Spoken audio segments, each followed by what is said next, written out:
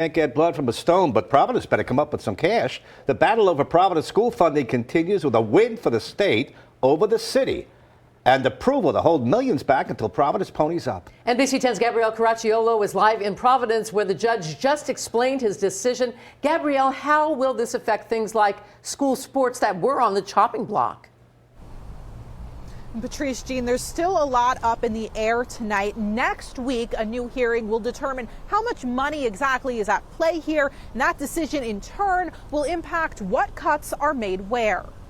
But the students' education, their personal development, their growth intellectually, socially, physically, and in every way depends on a well-performing, not just well-performing, but a great school system.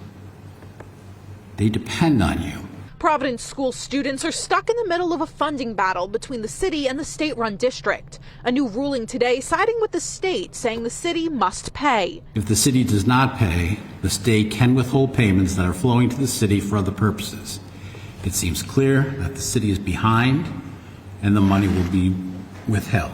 The superintendent says those funds are crucial to keep programs like sports, special education resources, and bus passes, and to prevent hiring freezes and layoffs. There are so many small decisions that can make a difference in whether a student learns and how they develop. Mayor Brett Smiley called the ruling deeply disappointing. He says tax increases and service cuts are now possible for everyone living in the capital city. While issuing his decision, the judge had strong words for both sides. Frankly, I'm not convinced that the state couldn't continue to fund the Providence Public School Department regardless of whether or not it received these monies.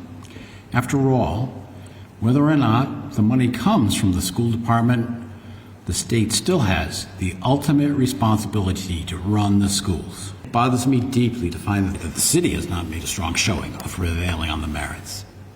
This significant factor leads me to deny their request for stay, and some of the money will be flowing to the state.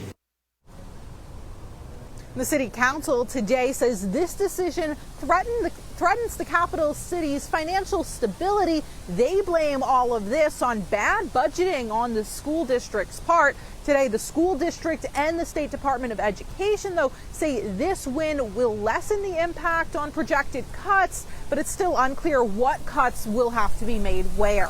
Live in Providence, Gabrielle Caracciolo, NBC 10 News.